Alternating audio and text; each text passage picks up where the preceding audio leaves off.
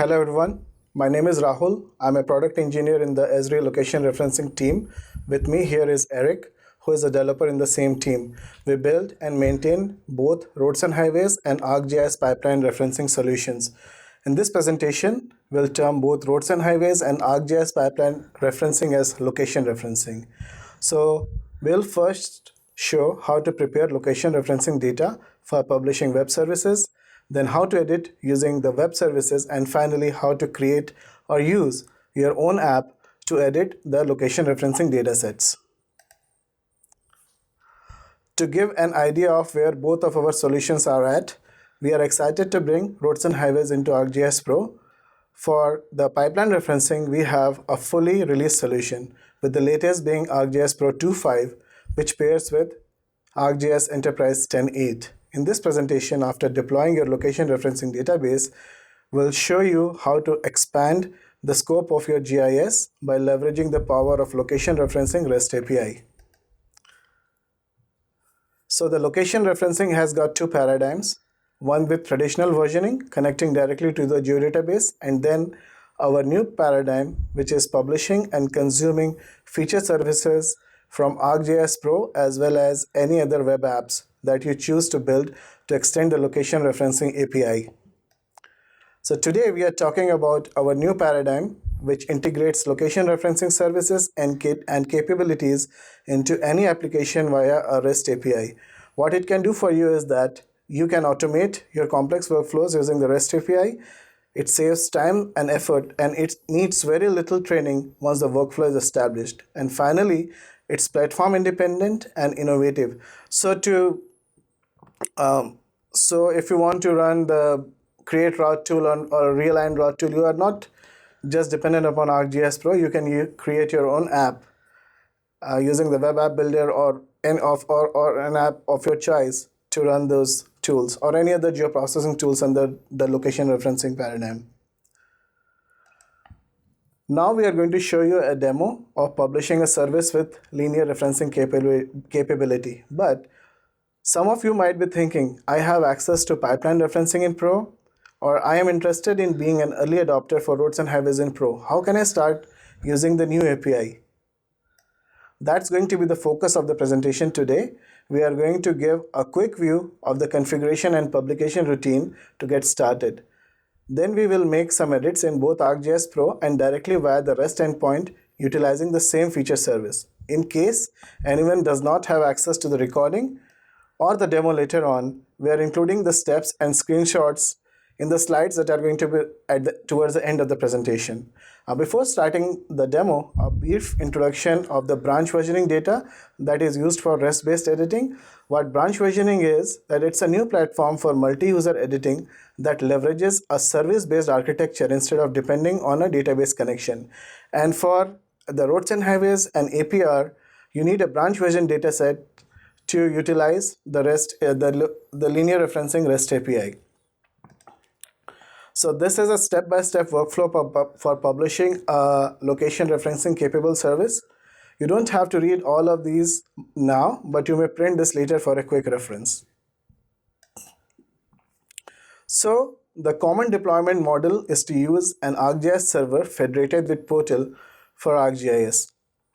The minimum requirement is to have Enterprise ArcGIS location referencing license and location referencing extension enabled in Pro. Now let's go to Pro to start the demo. Okay. So the first thing that you need is an enterprise geodatabase, which I already have over here. So let's go to the enterprise geodatabase and right click on it and click on the geodatabase connection properties. And once it opens, let's change the versioning type to branch and then click OK.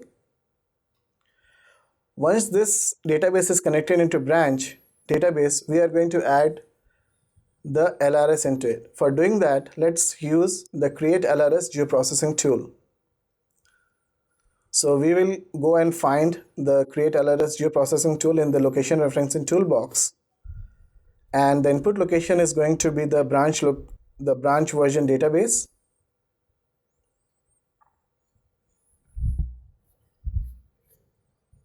and then we'll provide the LRS name and the spatial reference. What this tool is going to do is it's going to create the centerline, calibration point, red line, and centerline sequence tables for us. So let's provide a coordinate system and click on run. It's going to take a minute to run this tool. So it's going to create those feature classes and tables as empty. And once we have them, we can use the append tool. After creating any networks and events, we can use the append routes or append events to append the data into it. But for now, let's just create these empty feature classes and tables, which are supported by the location referencing LRS. Now let's say if it has created the tables and feature classes, yes. So the next step now is to create the LRS network. So we'll go and open the geoprocessing tool named Create LRS Network.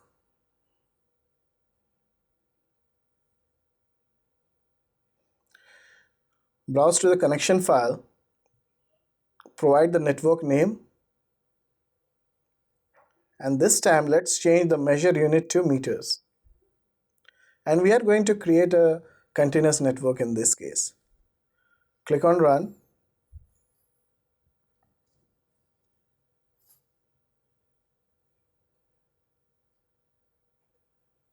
Let's confirm if the network is created. Yes, we can see network 1 been created. The next step is to add this data into a new map. So let's create a new map and name it as publishing, because we are going to use this map for publishing a feature service. Now let's add the data to the map.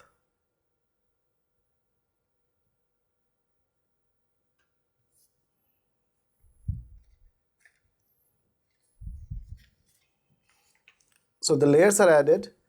Now let's rename the layer names in the TOC so that they are more readable in the feature service. So let's make them more readable.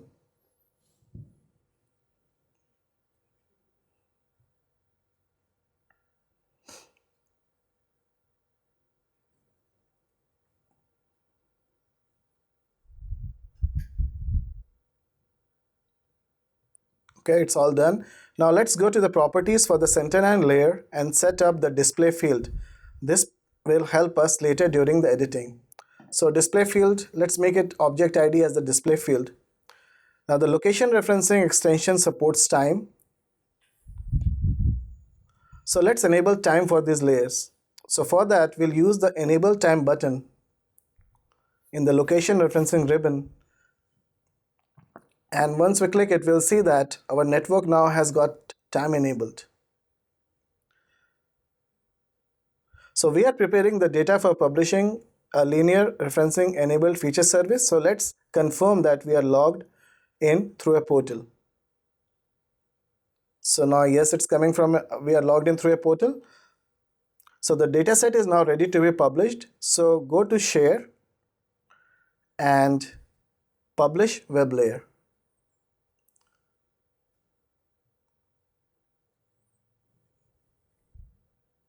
Let's fill in the description.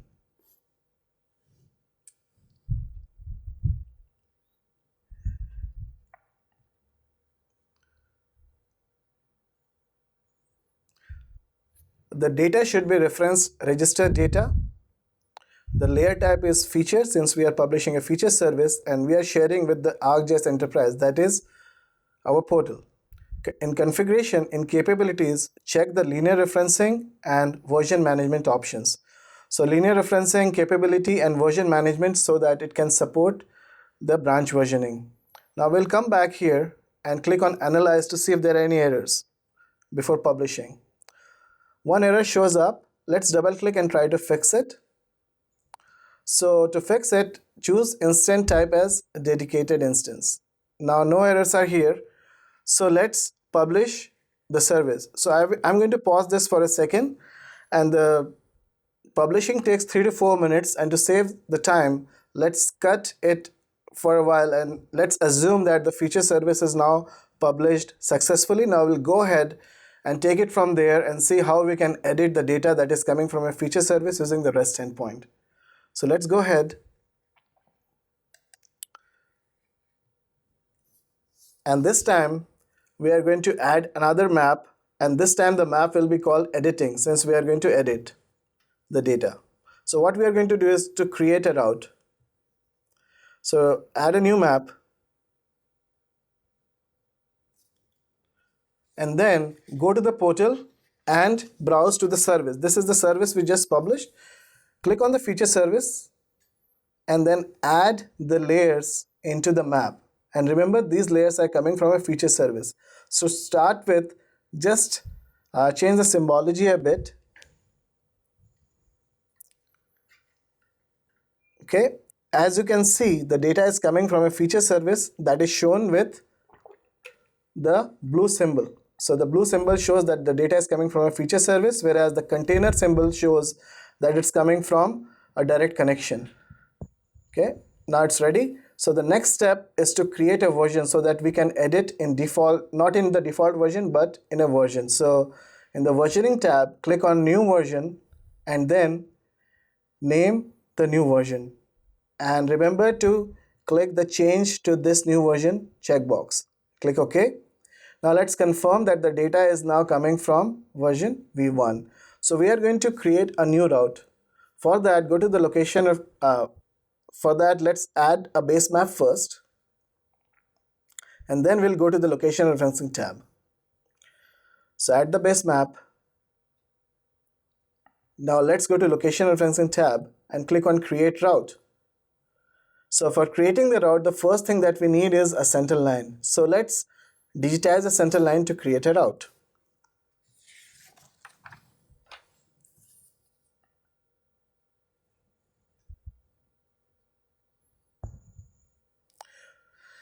Okay, so the center line is digitized. Now we'll go back to the create route tool to use the center line to create a route.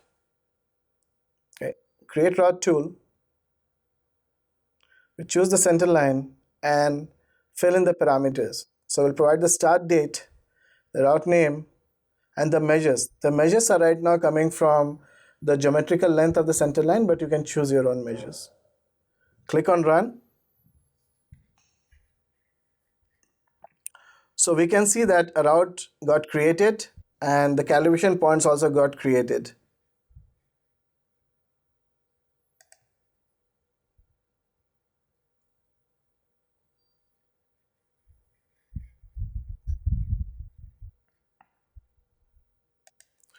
So in this demo, we learned how to prepare data to be published as a feature service and then how to create or edit the location referencing data using the REST services. Now Eric is going to show us the editing process with further details. Over to you, Eric.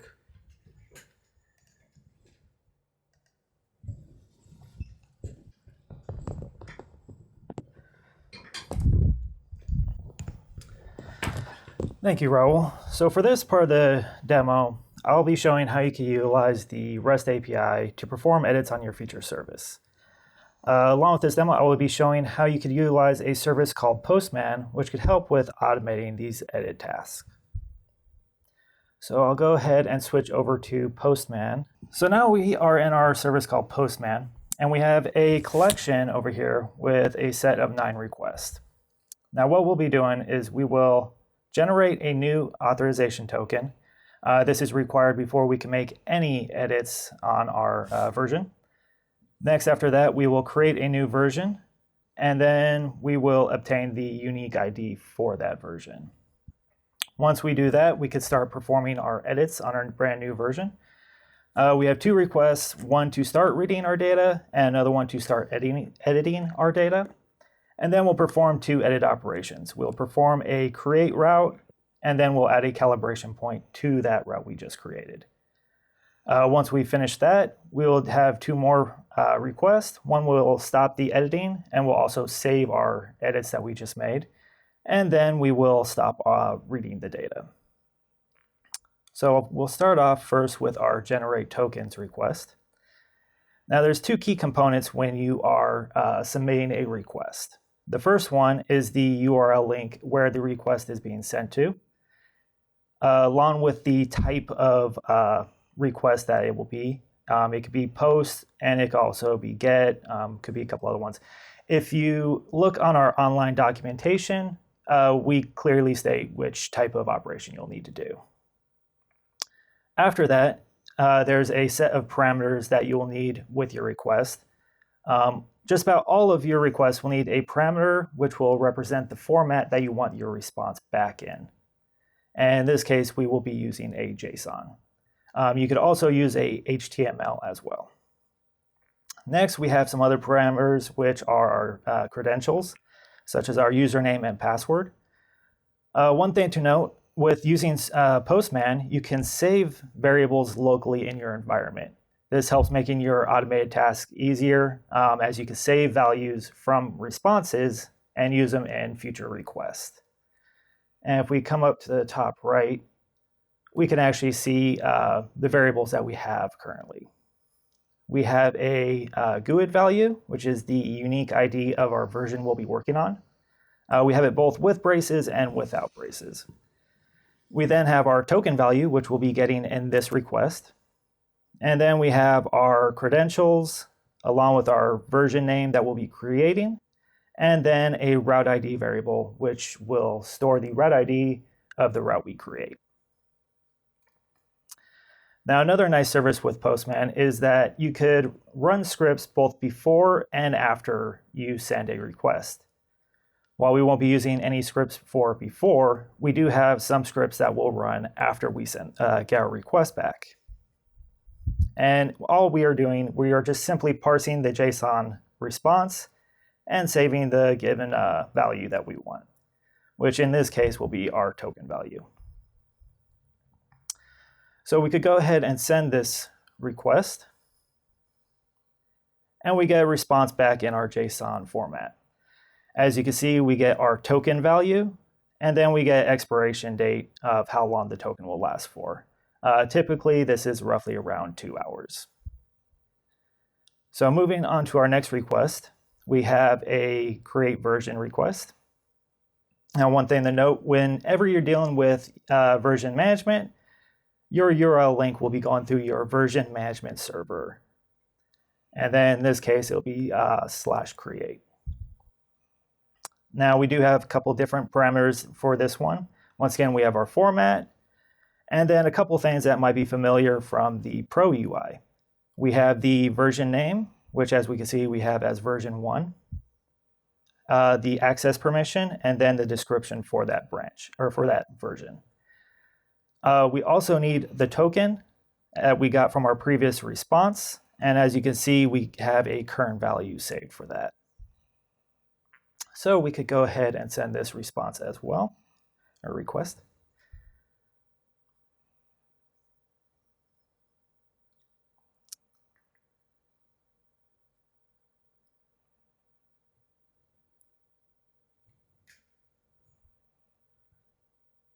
And just take just a moment to get our response back.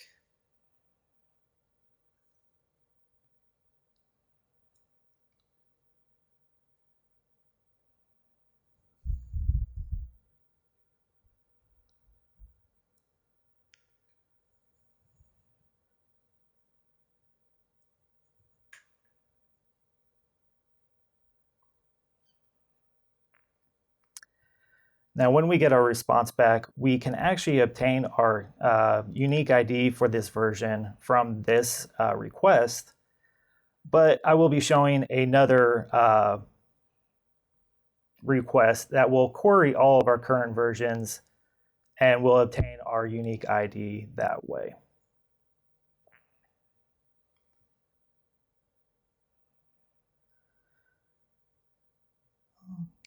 Let me try resending this.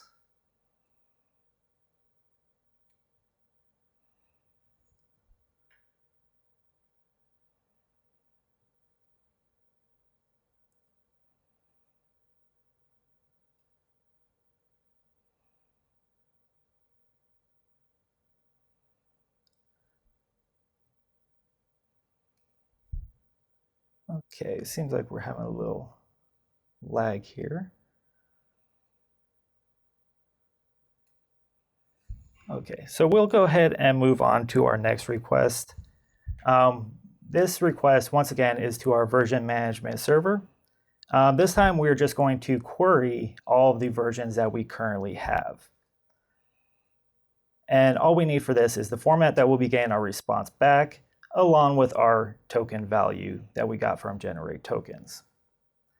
Now we will run a script afterwards, which parses the response and just looks for the version name we want to work with, and we'll store that GUID value.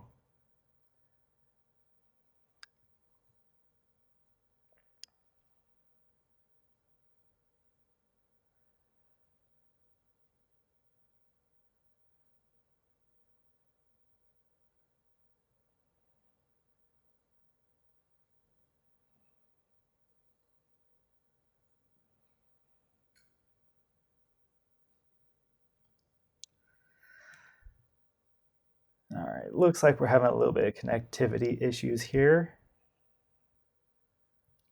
Okay, so I'll go ahead and continue walking through the rest of our request. Our next request, once again, will be to our version management server, this time through our versions, and we have to include the unique ID value along in our URL. And we'll also finish that off with acknowledging that we're starting reading. For our parameters, we need our token value and then the unique ID of the version we will be working with. Now, this one is a simple response back that you'll get. It will just simply say if it was successful or if there was an error starting your reading session. Now, you need to start reading anytime that you are about to query data or you need to read any data from your feature service. So next, we'll head over to our start editing request.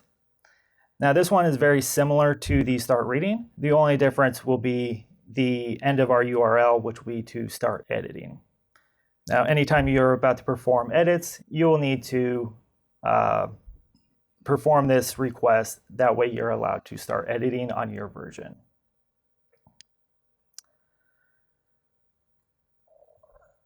So once you have started your reading and writing sessions, you can now make edits to your feature service. Now, all of your edits will go through the same REST endpoint, which will be apply edits. So whether you are creating a route, adding a calibration point, or extending a route, all of your requests will go through this same URL. We do have a couple parameters that are required, such as your token value, and then your version name that you are working on, and then the unique ID of that value. Now, one thing to note, this edits parameter will be the main field that you need to focus on. So Arik, we are going to provide the centerline ID, centerline's object ID that is going to be used to create a route here, right? Yes. So if we actually come over to Pro, we can see that we would have our center lines already here. And in our request, we input the centerline IDs that we would like to create our route on. We'll also provide other information that's similar to what we would use in the Pro UI. That includes the from measure, to measure, and other attributes such as our route name, line name, and our from date and to date. So why is the from date looking so big? Because this is an epoch, I guess? Yes, that is correct. Okay. And then, so I'm sorry to cut you here. So what we are doing is, instead of using Pro, we are trying to use Postman to create a route. And these are the steps that the software has to do internally to actually create a route. And anybody can use these steps inside their own app to create a route instead of using ArcGIS Pro. Am I right? Yes. So continuing along, once you are ready with your edits, you could perform multiple edits in a single operation. So we are only creating a single route, but you can also have an array of multiple routes that you'd like to create in a single request. Now, if we come over to our add calibration request, once again, we can see that everything is very similar. We have our apply edits URL that we're sending our request to. We can see a bunch of the same parameters. The only change will be our edits. So in this case, we will be sending a request to add a calibration point. And once again, we'll be providing a lot of the information that is done internally when creating a calibration point. We will be providing the network layer ID, which we'll be creating the calibration with, the route ID for the route that it'll be created on, a from date, our to date, a measure, and then the geometry, which are the X, Y coordinates of where the calibration point will be created. Now, once you have created or performed your edits, you need to save your edits to your feature service. So if we come to our next request, this is a request to stop editing. Now, this is very similar to our start reading and our start editing. It's just we are denoting that we are stopping our editing.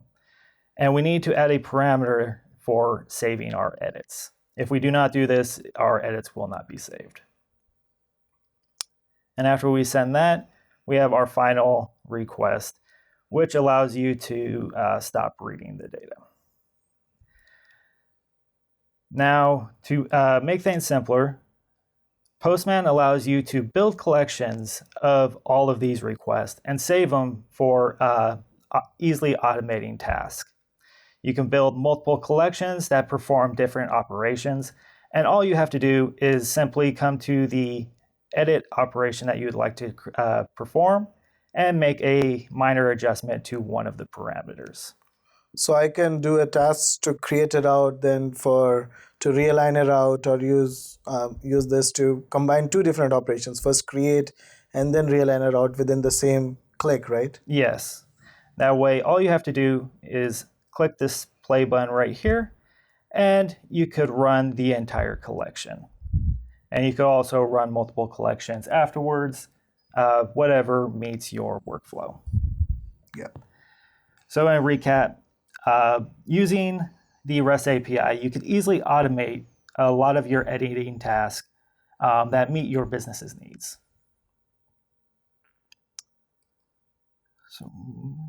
So let's go back to the PowerPoint. Yes, let me open our PowerPoint back up.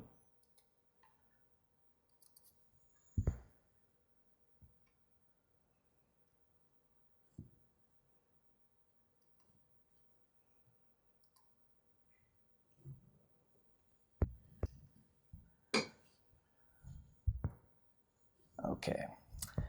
Now you can also perform edits on your feature service by deploying web applications through Web App Builder. You can build and design web applications with various widgets that can perform tasks that meet your business needs. In our next demo, we'll show how you can utilize widgets to create routes just by using GPS coordinates. Before I hop over into the demo, I'll give a little context of what we'll be doing. Take, for instance, that you have employees gathering GPS coordinates in the field.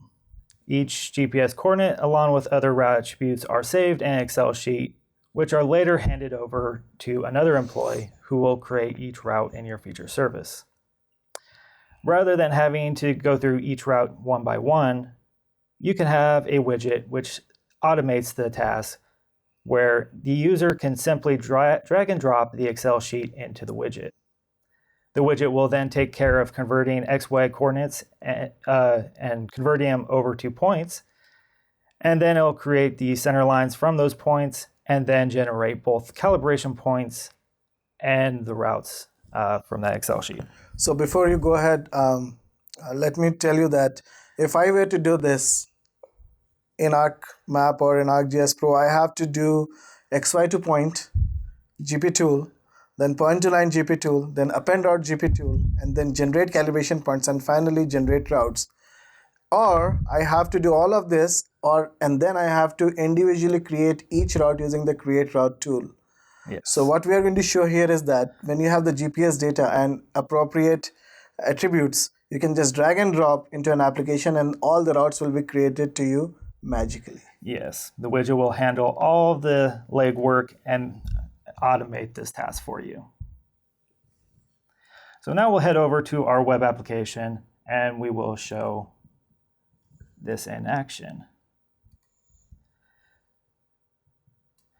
So here we have our web application, and we have two widgets with our web application. We have a create routes and reassign routes. We'll come back to this one later. So to start with our create routes, when we click on our widget, we get a pop-up that shows that we could drag and drop a file into the widget. And we have a file here, which we will demonstrate that with. First, I'll show what we have here. So we have an Excel sheet which has different attributes for different lines or for different routes. We also have just GPS coordinates, which, let me expand this out, which we'll be using. So this is what workers in the field can gather, and they could store all of their information in an Excel sheet, which will be easy for the widget to process. We don't need to save. So all we have to do is take our file and drag and drop it over to our widget. Once we see move, we could release, and the create routes button becomes active. Now all the user has to do is click create routes.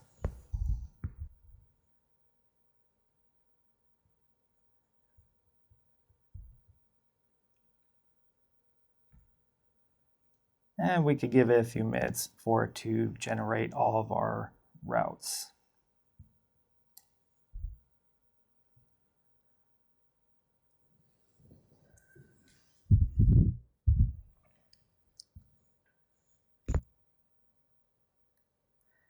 Okay, I think we're having a little bit of an internet connectivity issue.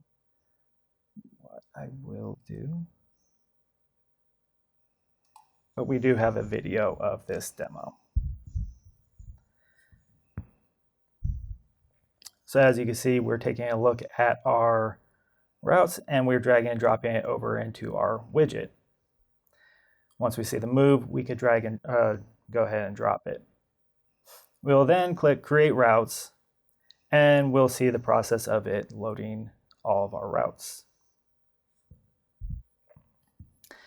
And as you can see, we now have 74 routes which have been created. If we zoom into our routes, we could then inspect any of our routes and we could see the attributes associated with it. And here we have Route 19 with its route name, the from date, as well as other attributes. You can also see that we have generated our calibration points, which have all of the attributes along with them as well.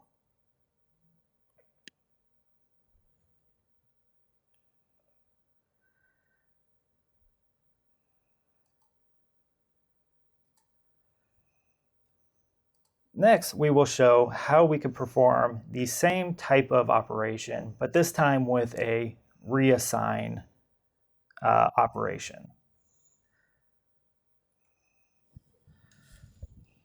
So what reassigning a route is, it's taking a portion of an existing route and assigning it to a completely new route. So in this case, we have Route 1, where we assign a portion of it to Route 1X. So next we will show how that works in our web application.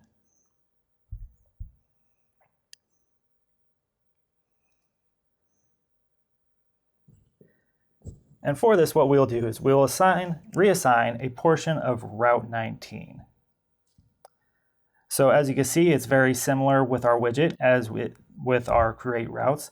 We simply can drag and drop a Excel sheet into our widget. First thing we need to do is we need to obtain our route ID. These are generated once we create a route, so we'll need this value to insert into our Excel sheet. So we'll come over to our Excel sheet and we will go ahead and copy this value into our source route ID, our source to route ID. So this is the apply edits operation that we are going to do. Yes. This is going to be passed into that. Yes. So we'll be taking this file and just like create routes, we'll drag and drop it into our web application and it will handle the reassign. So the web application is doing all the different steps, including saving the edits and everything, right? Yes. It's automating all of these tasks to make improve your workflow. And I don't even have to use ArcGIS Pro in this case. Correct. So as you can see, we have reassigned our route. We now have a portion which is route 19X, which is updated in when we inspect it. And then we also still have our previous route, which is route 19. So as a recap, when you publish your feature service to your server, you can build powerful web applications which help automate the workflows that you need for your business. So with that, I will go ahead and hand it back over to Raul. Thanks, Eric. So we have a lot of online help and samples, a lot of documentation on how to use the REST API using the location referencing capabilities. So the REST API resources are all provided over here in these two URLs, where we have the developer guide as well as we have sample LRS enabled services, and we also have sample web apps. And in the other URL on the right, we have the web app builder samples for you. So one of the examples is where we have the linear referencing or location referencing REST API. We have a lot of detailed information provided to you, and you can go to this particular URL to have a look at it. So with this, I'm going to conclude this presentation by doing a quick recap, and that is ArcGIS Pro publishes, consumes, and then edits LRS feature services from ArcGIS Enterprise. Portal handles identity sharing, roles, privileges, access that would previously have been file-based. That is your connection files or administered directly in the database. The version editing is handled via Version Management Service or VMS, allowing Pro and web services to have versioning capabilities through the REST endpoint without direct database access. And then branch version database is required for editing a linear referenced feature service. And finally, you can start to configure your LRS from scratch by visiting this particular document over here provided in this URL. With this, I'm going to finish this presentation, and thanks a lot. And these are our email IDs. At any point of time, if you have any questions regarding this presentation or anything regarding the location referencing solution, please feel free to contact us. Thank you very much. Thank you.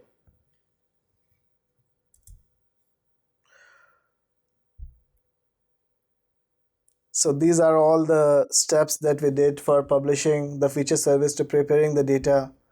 So all of this is provided in the database in this particular at the end of the presentation. Thanks.